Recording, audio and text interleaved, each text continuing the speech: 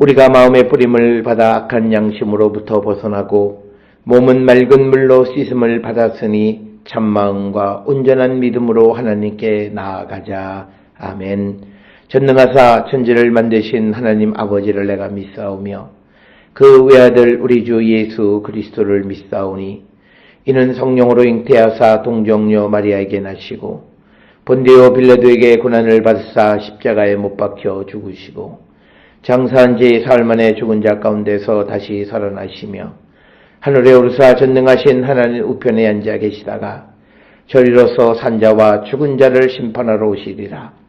성령을 믿사오며 거룩한 공예와 성도가 서로 교통하는 것과 죄를 사하여 주시는 것과 몸이 다시 사는 것과 영원히 사는 것을 믿사옵나이다. 아멘.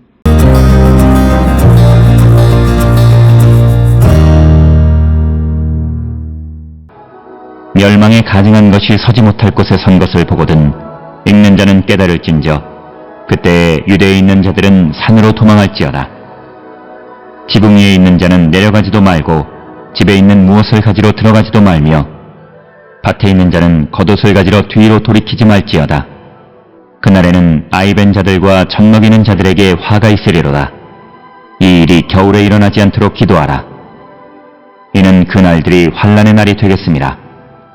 하나님께서 창조하신 시초부터 지금까지 이런 환난이 없었고 후에도 없으리라. 만일 주께서 그날들을 감하지 아니하셨더라면 모든 육체가 구원을 얻지 못할 것이거늘 자기가 택하신 자들을 위하여 그날들을 감하셨느니라. 그때 어떤 사람이 너희에게 말하되 보라 그리스도가 여기 있다 보라 저기 있다 하여도 믿지 말라. 거짓 그리스도들과 거짓 선지자들이 일어나서 이적과 기사를 행하여 할 수만 있으면 택하신 자들을 미혹하려 하리라. 너희는 삼가라. 내가 모든 일을 너희에게 미리 말하였노라.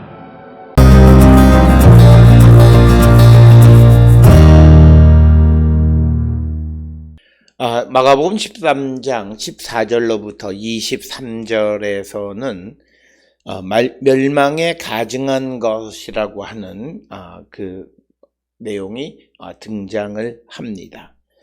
여기에서 멸망에 가증한 것이 무엇이냐라고 하는 것에 대한 여러 그 주석가들의 설명이 있는데 바로 그 마지막 때에 가장 큰 환난은 멸망에 가증한 것 때문에 겪게 되는 것이다 라고 하는 설명이 14절로부터 23절의 말씀이 되겠습니다. 그래서 이 멸망에 가증한 것은 우리가 보는 것처럼 마가복음 13장에서 4명의 제자들의 질문했던 어떤 징조가 무엇이냐라고 하는 것에 대한 대답으로서 멸망에 가증한 것이다 라고 하는 그런 대답을 오늘 14절에서 제시하고 있는 것을 봅니다.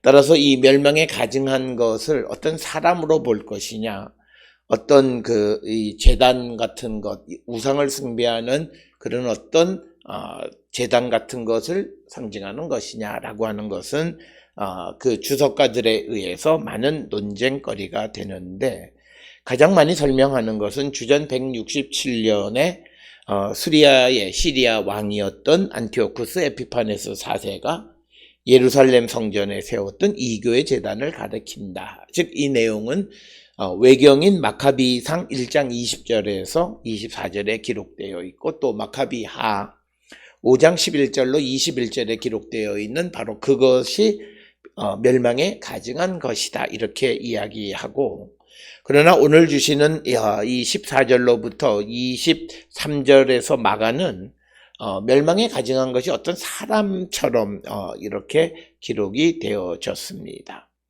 그래서 오늘 주시는 14절에 멸망에 가증한 것이 세워져서는 안 되는 곳에 세워지게 되면 유대에 있는 자들은 산으로 도망하라 라고 하는 것이 14절의 말씀이 되겠습니다.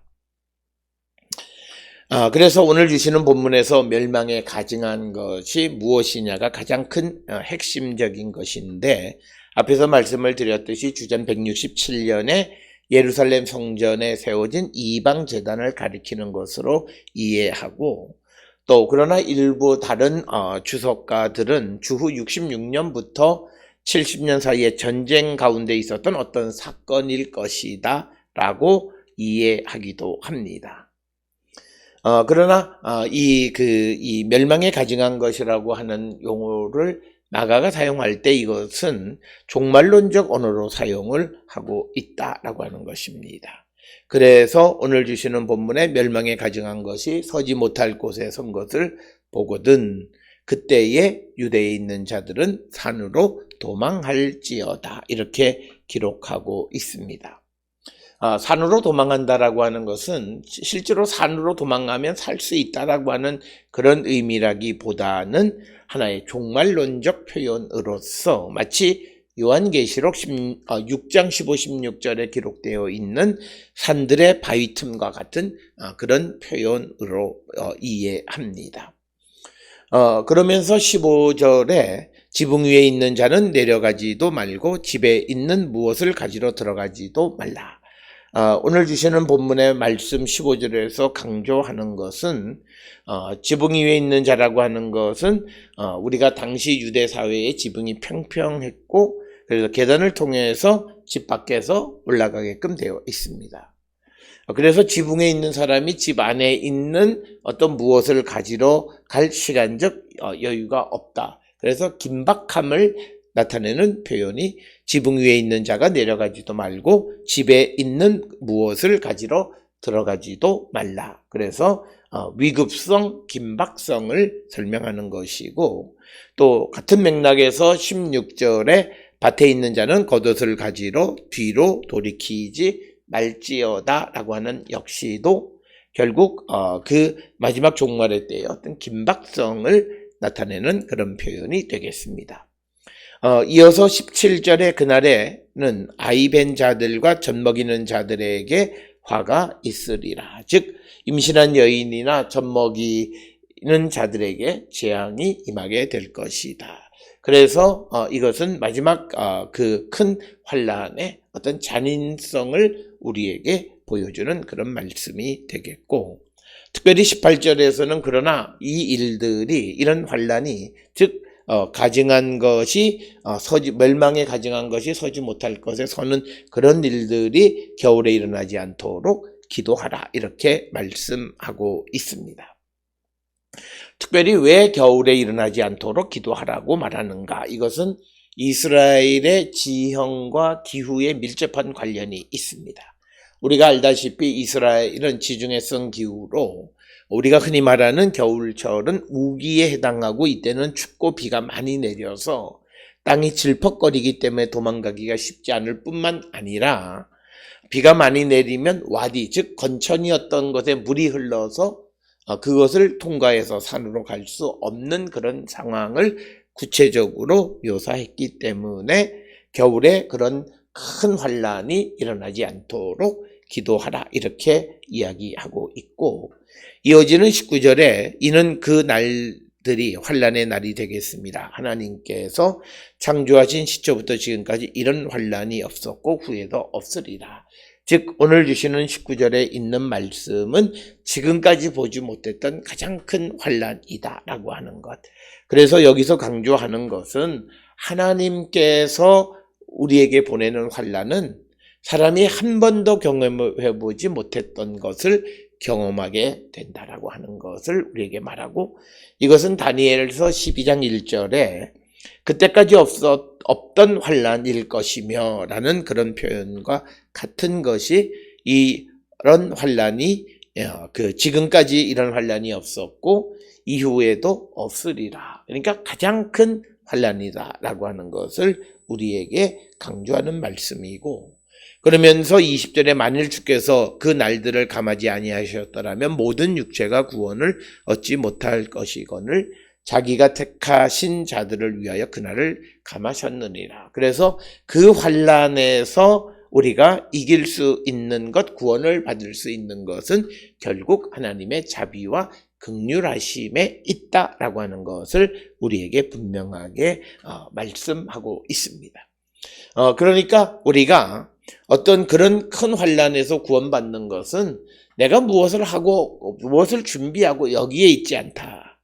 그것은 곧 하나님께서 그 택하신 자들을 위해서 날수를 감하는, 즉 하나님의 자비와 긍휼하심으로 말미암아 구원에 이를 수 있음을 강조하는 그런 말씀이 되겠고, 21절에 그때 어떤 사람이 너희에게 말하되 보라 그리스도가 여기 있다, 보라 저기 있다 하여도 믿지 말라.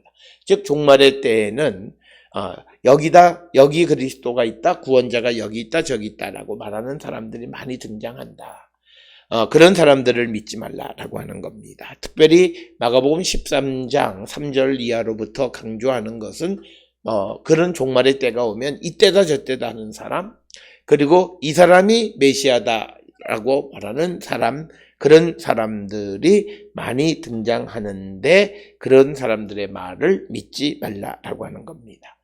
22절에 거짓 그리스도들과 거짓 선지자들이 일어나서 이적과 기사를 행하여 할 수만 있으면 택하신 자들을 미혹하려 하리라. 그래서 거짓 그리스도인, 거짓 선지자들의 특징은 미혹하게 하는 것이다 라고 하는 것.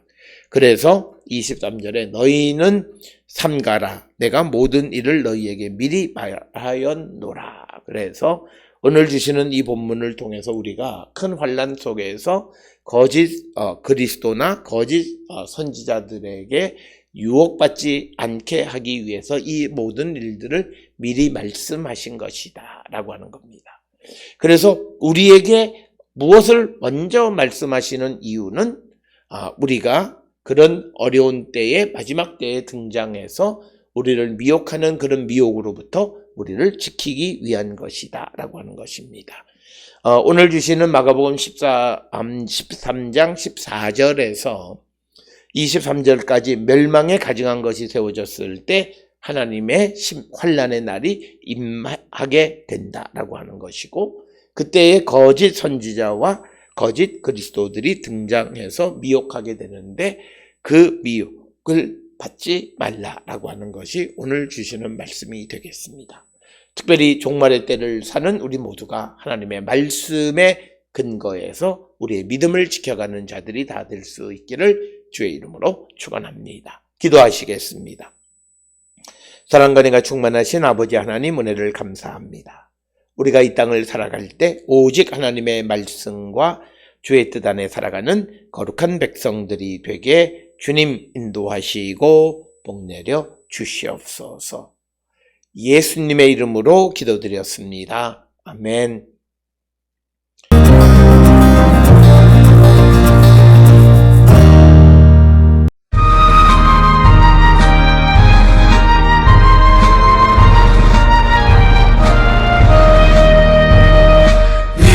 믿음으로 가리라. 주님 가신 고난의 길, 주님 말씀 붙잡고 승리